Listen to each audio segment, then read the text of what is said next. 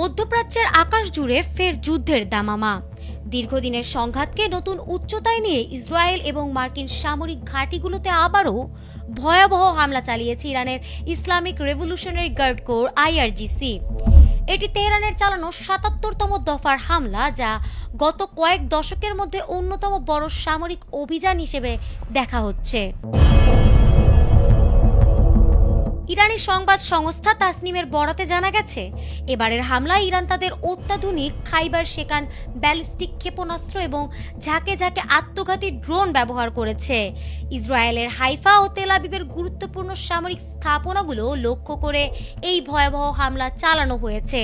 একই সঙ্গে বাহরাইনে অবস্থিত মার্কিন শেখ ঈসা বিমান ঘাঁটিতেও ইরানি ক্ষেপণাস্ত্র আঘাত হেনেছে বলে অসমর্থিত সূত্রে জানা গেছে।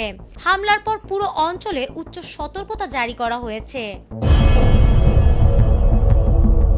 সামরিক বিশ্লেষকরা বলছেন, ইরান এবার তাদের সুপার হেভি সিস্টেম এবং পয়েন্ট অ্যান্ড শুট প্রযুক্তি ব্যবহার করে মার্কিন আকাশ প্রতিরক্ষা ব্যবস্থাকে চ্যালেঞ্জ ছুড়ে দিয়েছে।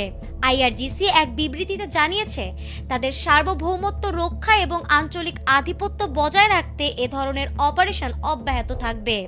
ইসরায়েলের আয়রন ডোম এবং মার্কিন প্যাট্রিয়ট ব্যবস্থা এই বিশাল ক্ষেপণাস্ত্র বৃষ্টি কতটুকু রুখতে পেরেছে তা নিয়ে এখনো ধোঁয়াশা রয়েছে।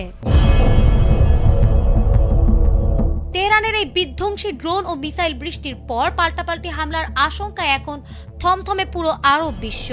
একদিকে ইরানের শক্তির প্রদর্শন, অন্যদিকে মার্কিন ইসরায়েল জোটের পরবর্তী পদক্ষেপ।